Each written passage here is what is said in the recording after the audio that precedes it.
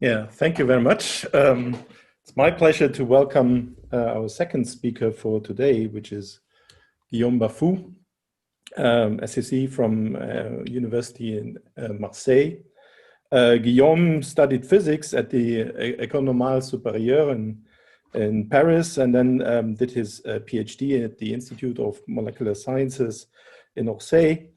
And then I think the most important part started when he moved to the ICFO in Barcelona and joined the group of Romain Quidin, where I think this was a great starting point for many of the research he has carried out in the following and still doing now. I think most of you know Guillaume from many papers in the field of thermoplasmonics, where he has contributed a lot of highly cited papers meanwhile, and is a real expert.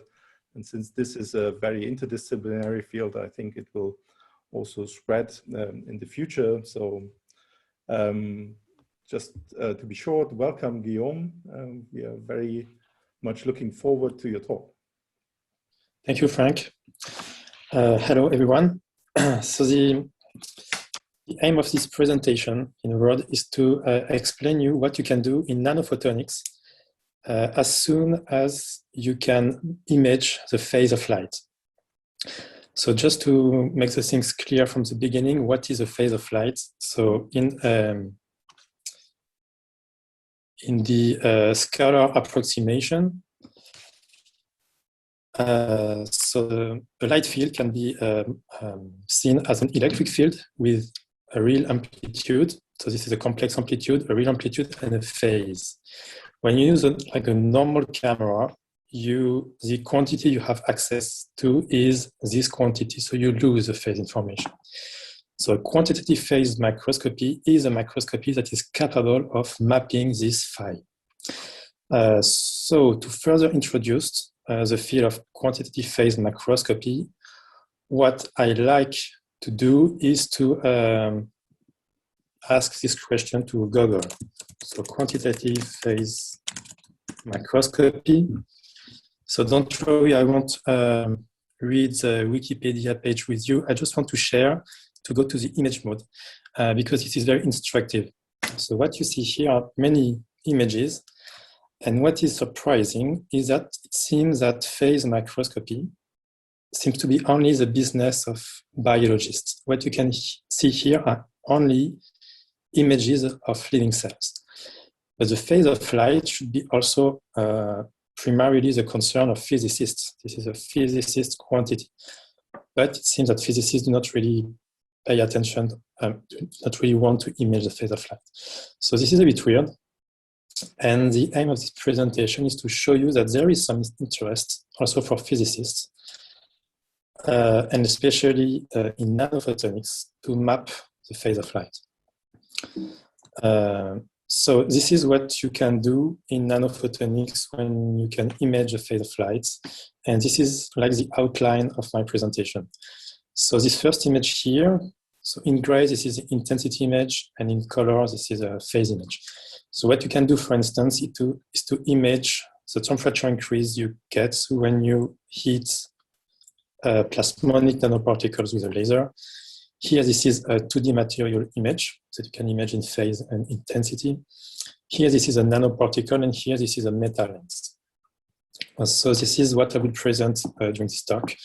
The interest is not only to have beautiful images like this one.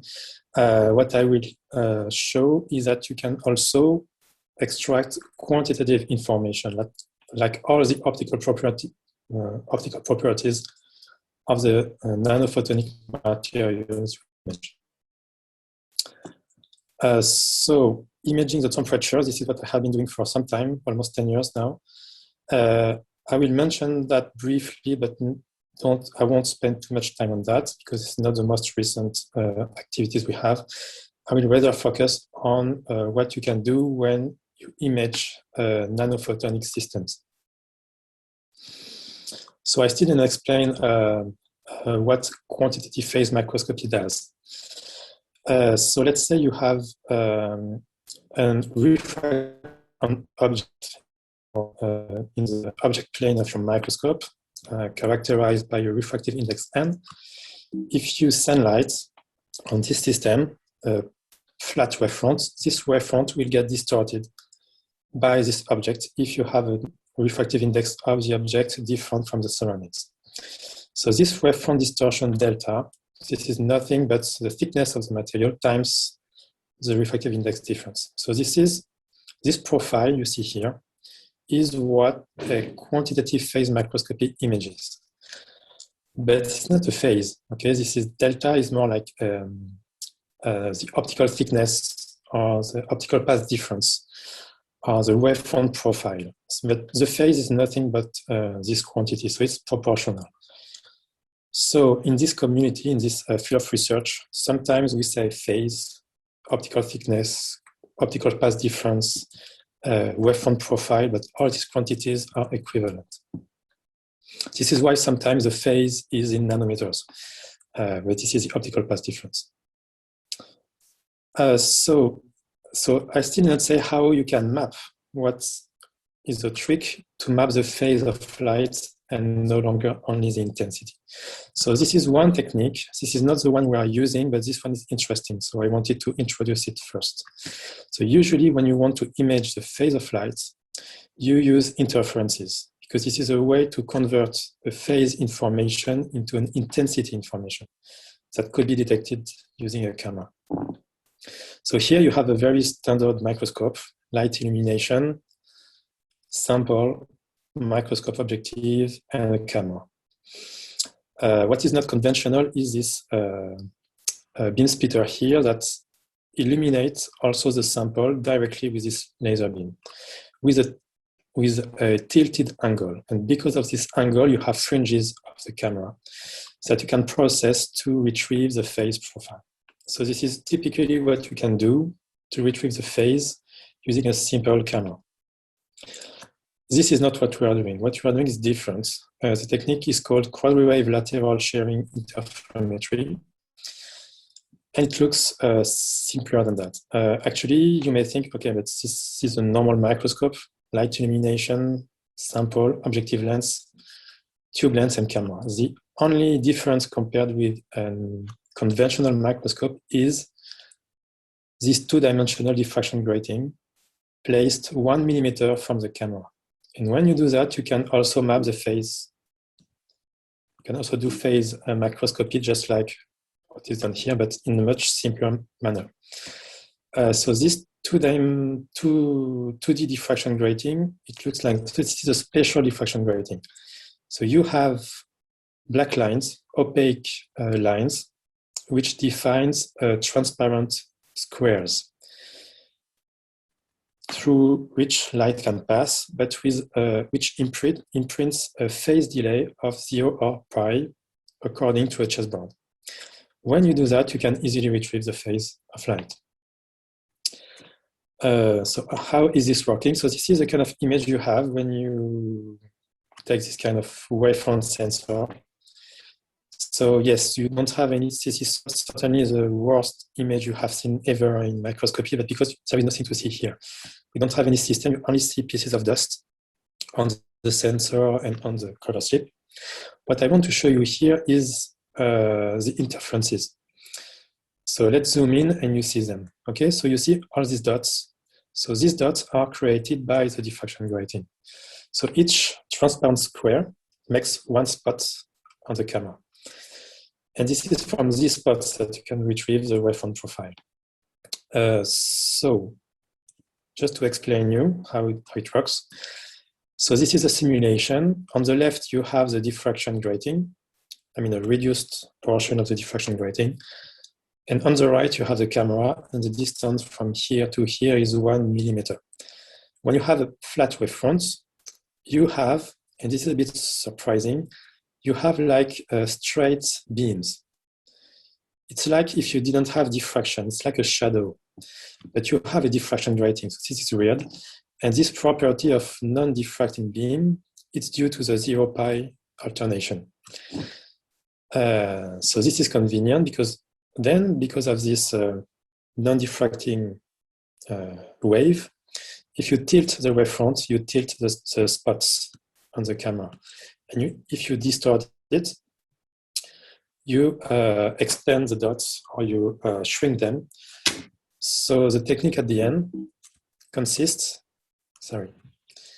in following the displacement of these dots as a function of the, to retrieve what is a gradient of the wavefront. So obviously we don't do that spot one by one. There is an algorithm to do that, which is really simple. It's like a 20 line long. And it works in the Fourier space. It's a demodulation algorithm.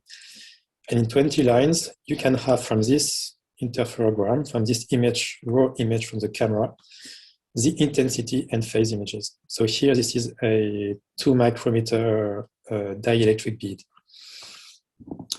So this is a working principle of the technique. So these techniques enables you at the same time to have I, so the intensity, and phi. So all the information you want to have full information on the electric field of the light. So if you want to know more about this technique and the algorithm as well, it's described in this very recent paper here. So just to compare these two techniques, on the left, the strong benefit we have with this technique is that we don't suffer from the drawbacks of usual interferometry techniques.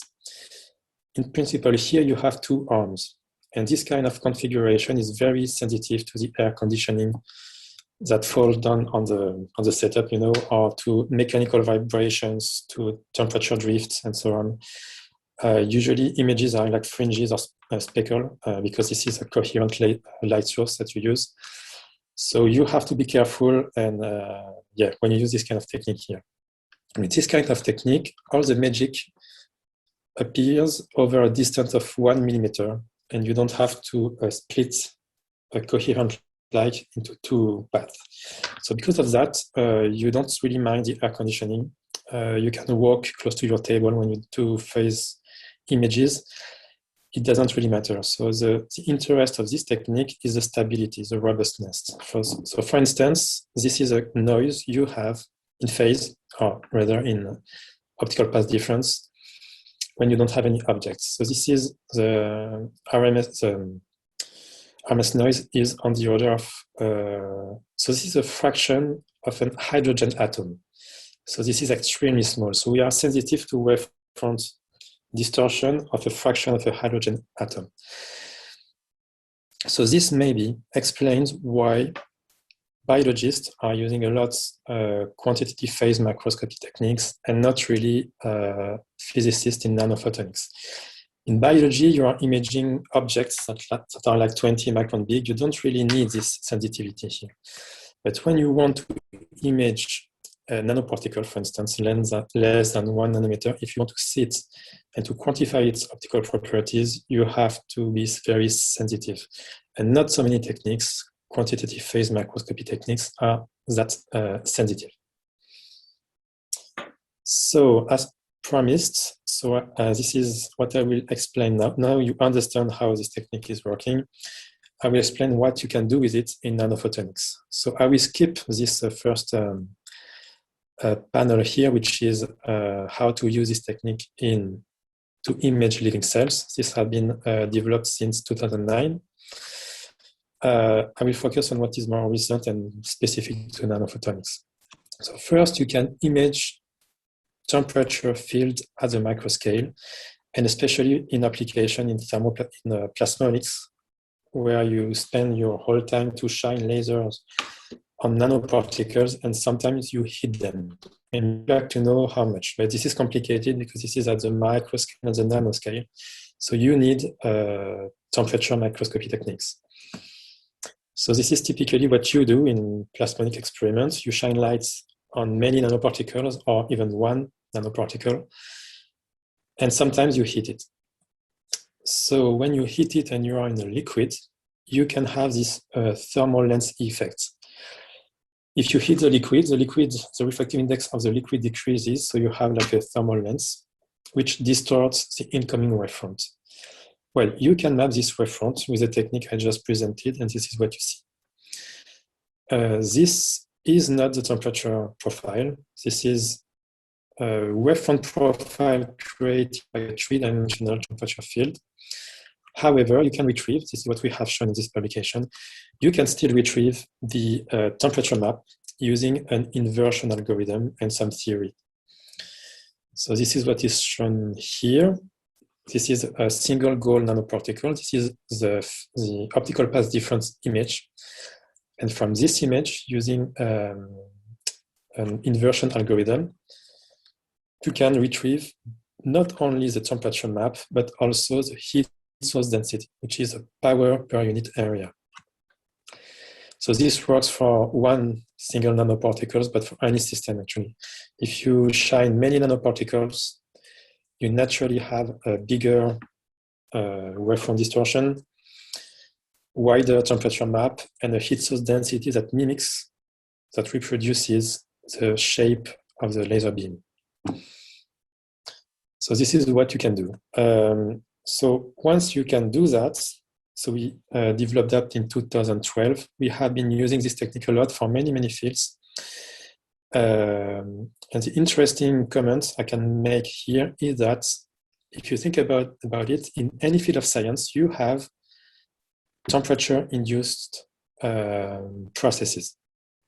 In physics, of course, phase transitions, magnetism, polymer science, in chemistry, of course, in biology. If you vary the temperature, you modify what you see. So when you can heat at the micro scale and measure the temperature, you can, for this reason, you can investigate almost any field of science at the micro scale. So this is what we tried to do these last years. So I won't detail everything. The reason why I'm showing that, it's for you if you want to screenshot that and go to specific work you would like to study, you can do that. My message is that this technique enables to do many, many things. And the reason of that is because it's label-free. You don't need to use fluorescent molecules to map the temperature at the microscale. This is what many people are doing. Since fluorescence is temperature dependent, if you map fluorescence, you map temperature. But it's not what we are doing. Our technique based on phase measurements is label-free. And for this reason, we have been able, for instance, to evidence superheating of water. You can heat water above 200 degrees without boiling when you heat nanoparticles. And you cannot observe that with fluorescent molecules, for instance. They bleach very fast. You could even do some hydrothermal nanochemistry, and also for biology. If you don't use fluorescent molecules, it's easier. And this is what we have done here. We mapped the temperature in living cells in a label-free manner. So now let's go to what is more recent. So we have been using quantitative phase microscopy for metrology of nanoparticles. So you remember what I have shown, this temperature mapping approach, where the wavefront is distorted by the temperature profile. You may say, right, but the nanoparticle itself should distort the temperature profile, so distort the wavefront. So this is right, but what we do to image temperature is that we subtract the wavefront without heating. So to have the contribution to the particle in the reference, to cancel it. But we could also do that. We take a reference without the particle and an image with. We subtract the two wavefronts to only get a contribution of the nanoparticle. And if we do that, we have these kinds of images in intensity and phase. So this is beautiful. I like these images a lot, but it's not the only interest. You can retrieve quantitative information from these two images just if you put them, introduce them. Yeah, so it's just a reminder of what we do. So this is a raw interferogram. So this is where these two images are from. These two images, you can post-process them by incorporating them with this expression. So this is a 100 nanometer gold nanoparticle in intensity and phase. So you have to multiply these two images this way, the square root of one times the exponential of the other. And then if you sum all the pixels of this multiplied image, you get what is called the complex polarizability. And this is what you want to know when you want to know all the properties of the particles. Once you know that, once you know this quantity, you can compute the extinction cross-section, the scattering cross-section, and the absorption cross-section. So no need anymore to do 3 different experiments to know the 3 cross-sections in one single acquisition, one single image, this image. You can have everything you want on the optical properties of the particle. We illustrated that on dielectric and gold nanoparticles. So gold are the orange arrows, and blue arrows are the dielectric particles. So here is the plot of the real and imaginary parts of alpha for everything we measured. And we have indeed 2 groups, gold and polystyrene. These are what we retrieved, what we can calculate from this polarizability in terms of cross sections, extinction, scattering, and absorption. And what we did as well, is so to vary the wavelength. So this real and imaginary part compared to theory. And as you can see, it's very good. And we have also the spectra of the absorption cross-section as a function of theory. And last and important point regarding this part is that this technique, this approach is very robust. And in particular, it doesn't depend on the focus. So you may say, but if you vary the focus, these 2 images, the shape of the airy pattern, it varies a lot, which you have even in contrast inversion for the phase image. Nevertheless, believe me or not, but when you incorporate these 2 images within this expression, it can be these 2 images or these 2 ones, it doesn't vary the integral. So there is a conservation property that we demonstrated theoretically and experimentally in this paper here. And moreover, you also have a conservation of this quantity if you change the numerical aperture of the observation. If you vary the numerical aperture of the objective lens, of course, you affect a lot the spatial resolution, the size of the pattern. But again, if you put these images within this expression, it doesn't vary the polarizability. So you can do anything you want with your microscope. You can unfocus it, or it won't change the measurement. So this is why this technique is robust.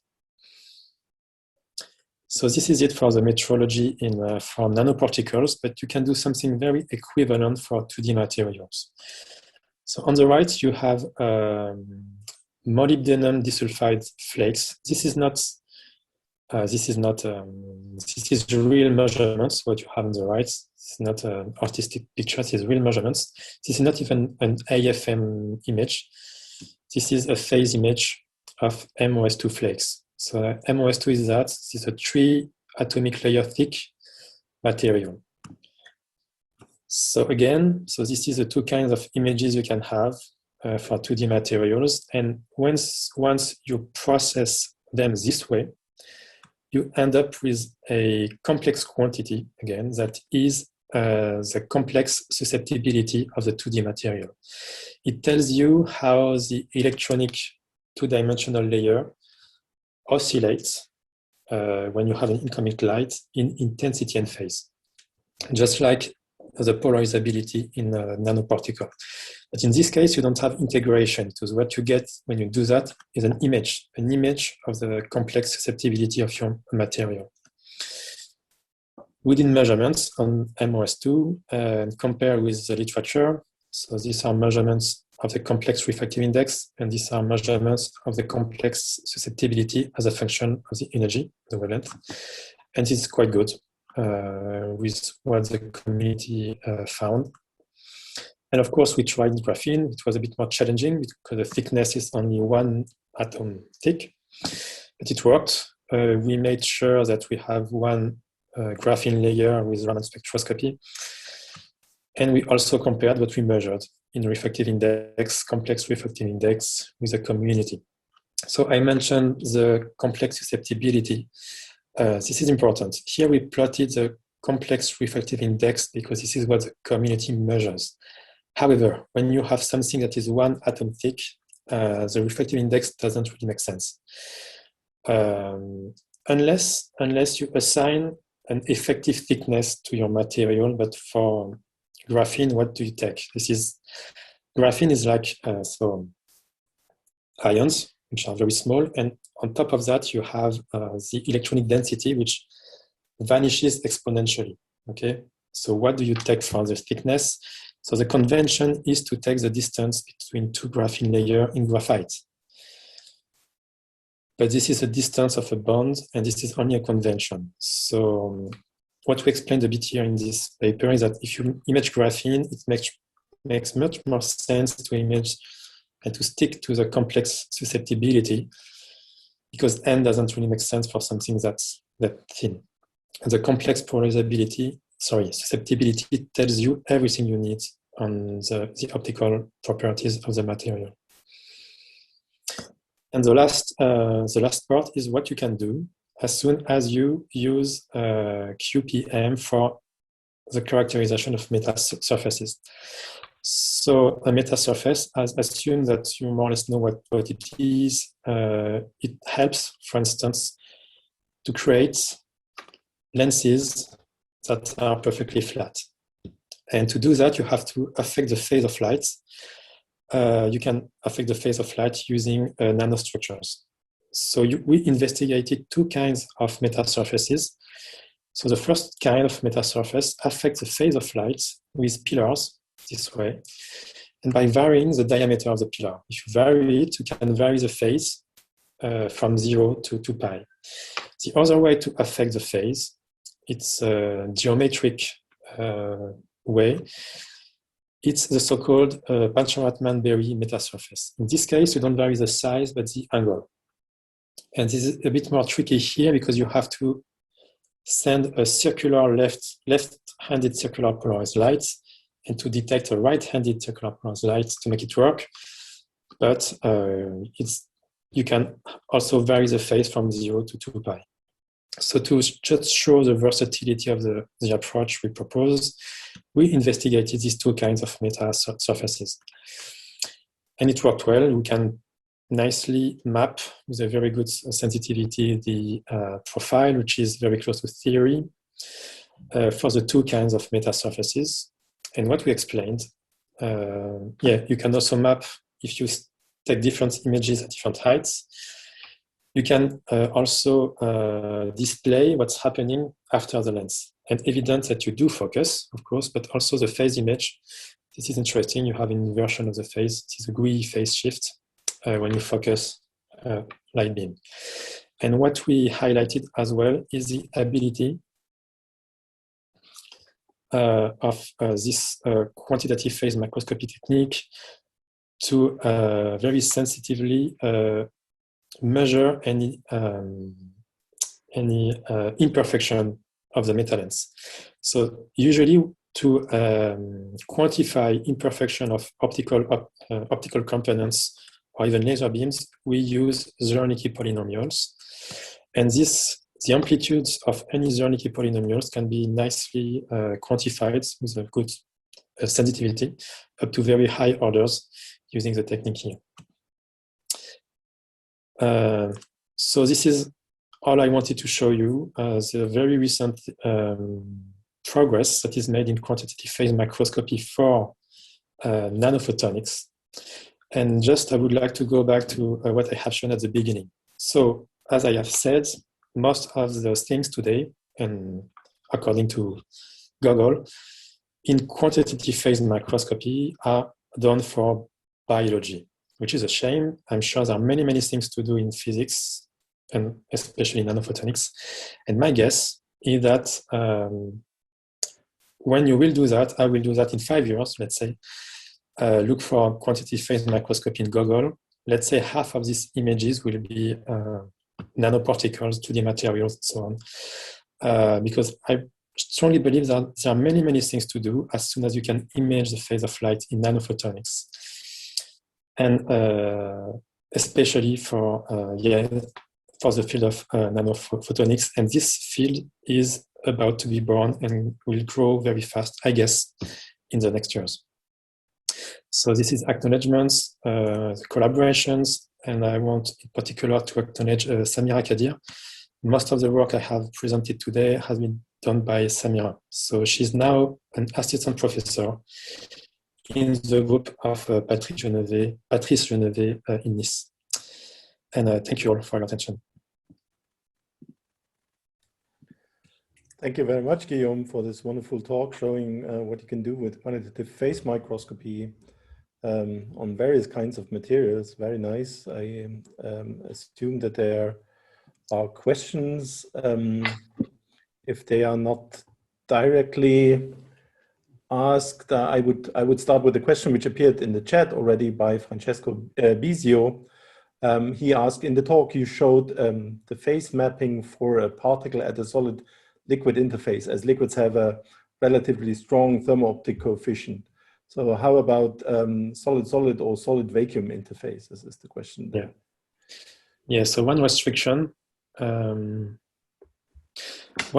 of the technique we are using, I mean, it's much more convenient when you have a liquid, because the liquid features a very strong dn over dt refractive index variation. So the images are very beautiful when you have a liquid. When you have air, you don't see much things. We could expect actually that dn over dt of glass could be measured. The thing, sorry, my phone is ringing. So what you can do, you should expect variation of the refractive index of glass. But we don't see it. And I guess the reason is that you have an expansion of glass. This is actually why the refractive index varies. And this compensates actually, because you have an increase of the thickness, but a decrease of the refractive index. So at the end, yeah, you really need the liquid in applications. It's not really working without any liquid. It's working without any liquid when you are in reflection, when the reflection depends, when you induce a phase shift in reflection. What we have done recently, it works, is we get a signal when we hit metal film. When we hit it, then you imprint a phase shift in reflection, and you see it even in air. So you see a signal. But apart from that, yes, you need a liquid. Thank you very much. So there's a question by Yubing directly, and afterwards I have another one in the chat. So Yubing, please. Thank you, Frank. Thank you, Guillaume, for this pushing this powerful tool into different areas. Personally, my group will benefit a lot from this by imaging the temperature for plasma enhanced optosonographic traces. So I'm wondering, is that feasible to achieve this temperature profiling beyond the 2D into 3D? Yes, it is actually. Yes, it is. We did it on this publication. Yeah, this publication here, 3D temperature mapping. Yes, you can do it, provided you have a two-dimensional heat source density. You can do it if you have, for instance, gold nanoparticles lying in your glass substrate. If they are dispersed in solution and floating, you cannot really image in 3 dimensions. This is an assumption in the algorithm we use to retrieve temperature from the phase map. So yes, you can do that. Yeah. Mm-hmm. Wonderful. Next. Okay, so there's another question or comment in the chat by Laurent Cognier. He wants me to be provocative to you. So nice work, Guillaume. To be provocative, everything you presented provide agreements with previous work and or theory. Do you see any directions where you expect to get something new or novel unknown effects? So let me add on that. Yeah, okay. I can. Be provocative, Laurent. Yeah, I want it really to be just because I like really what Guillaume is doing, of course. But the idea is that are there any directions where actually QPI can be the only way to get insights in certain in nanophotonics specifically? Yeah.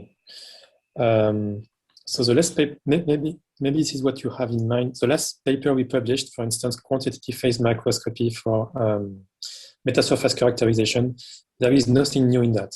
Okay, this is more a methodology paper. We explain how to properly use this technique to make science advance. So yes, there is nothing new in this one, but I think it had to be one to show that it can be done, because it was not clear for everyone, and to show how to properly do that. But then we hope that the community will use it to make science advance. We have nice ideas. I'm not from the field of metasurfaces, and honestly, I will stop from here and let the community do that. I won't continue in meta surfaces. I will continue in temperature microscopy techniques, and there are many new things we have shown here in these things. And for nanoparticle metrology, so this is the other field I introduced here. So again, in the paper we published, well, what was new is this expression here. Yeah, this is new. But we did not discover anything new because Go nanoparticles are well known. However, there is a very active field of research today in nanoplasmonics, which is the discovery and the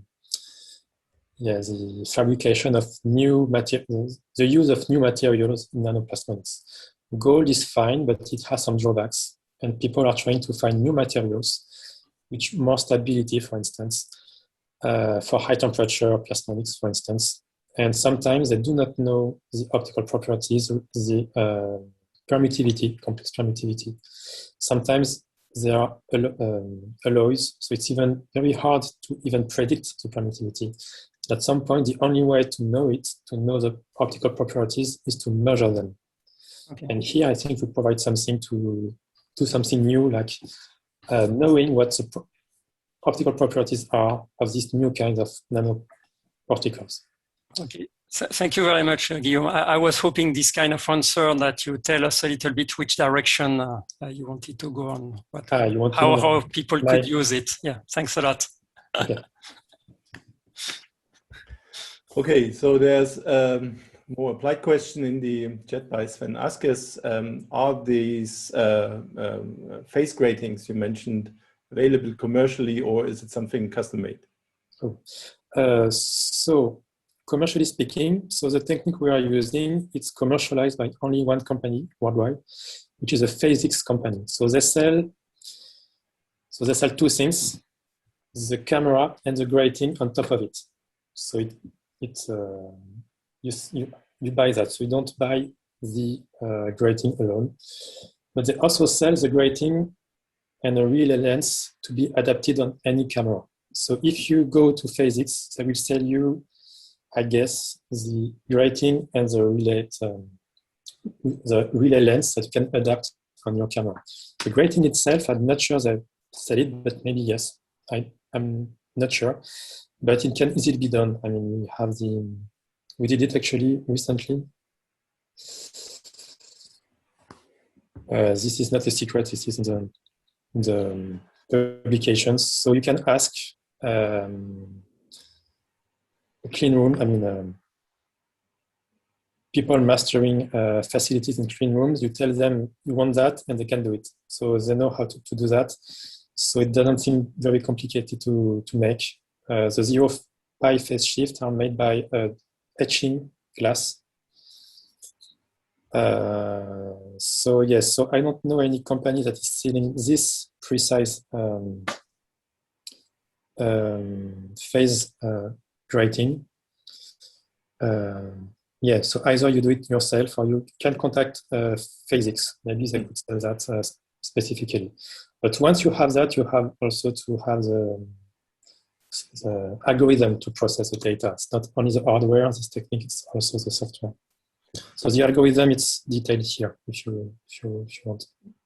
So there's just a comment in the the chat as well, or a question, isn't it comparable to Scheck-Hartmann sensor, which I guess it is?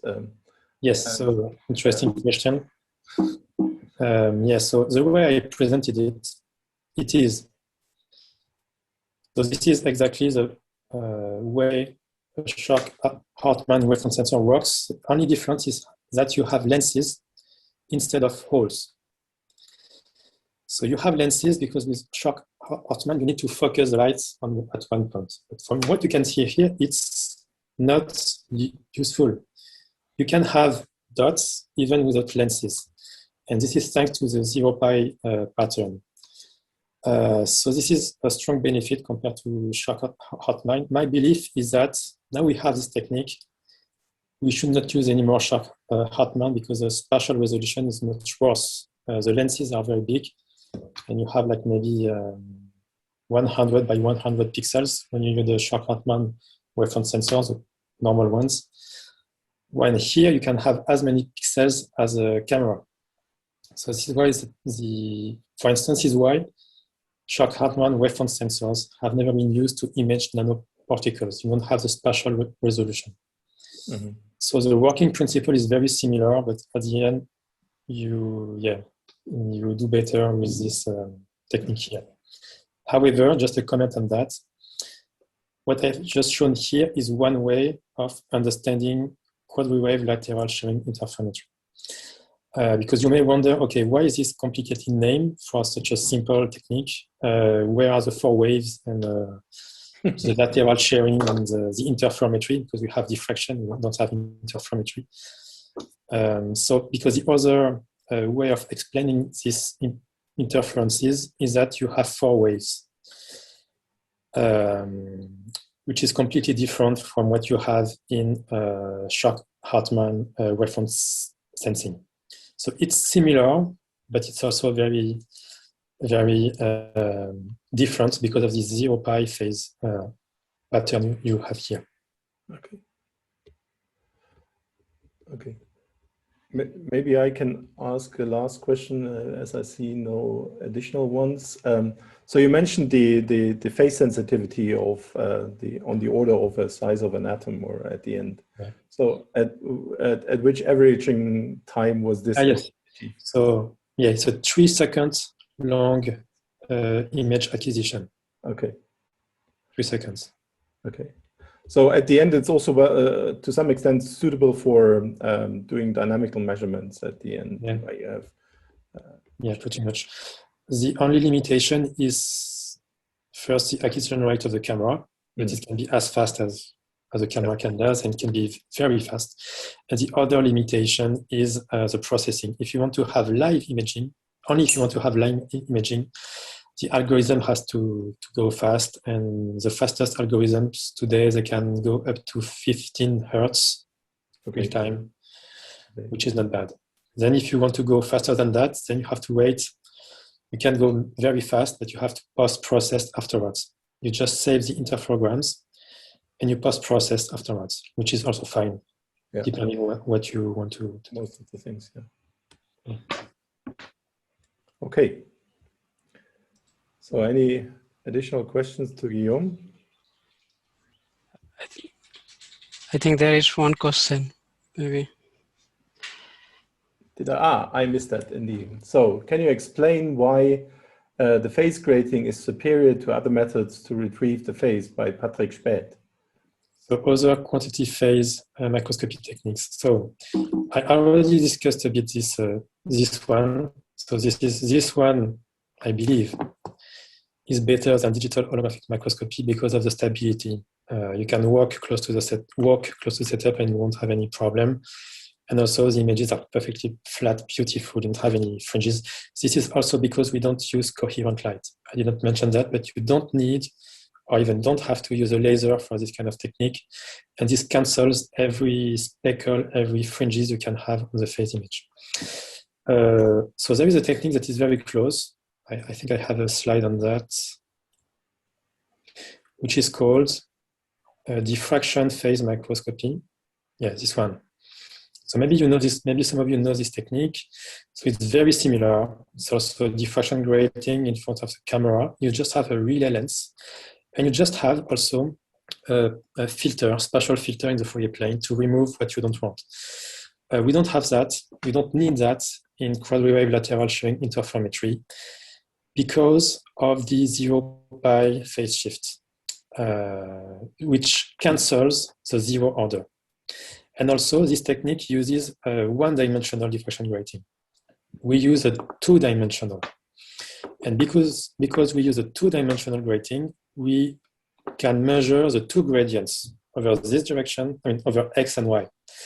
And to reconstruct the phase field, to reconstruct a scalar field by integration, it's much better to have the two gradients. If you have only one, it's not as good. So the images we get, I never really compare the two of them. I never reproduce this technique.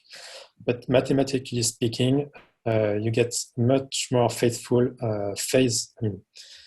scalar field if you reconstruct it using the two gradients instead of one. So fundamentally, our technique should give better results than the technique here. Mm-hmm. Did I answer the question? Yes, that was very clear. Thank you. Okay, thank you. Okay.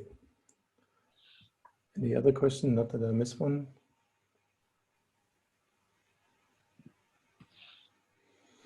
Okay, that seems not the case. I think then you want to say something, Subhasis, or otherwise I would just thank the two speakers of the day very much for the beautiful talks and the contributions. Today I may advertise also that all the talks which were recorded will be available on the YouTube channel, that you will find also a link to the webpage, so you may enjoy all the details again and again, which will be certainly also very nice.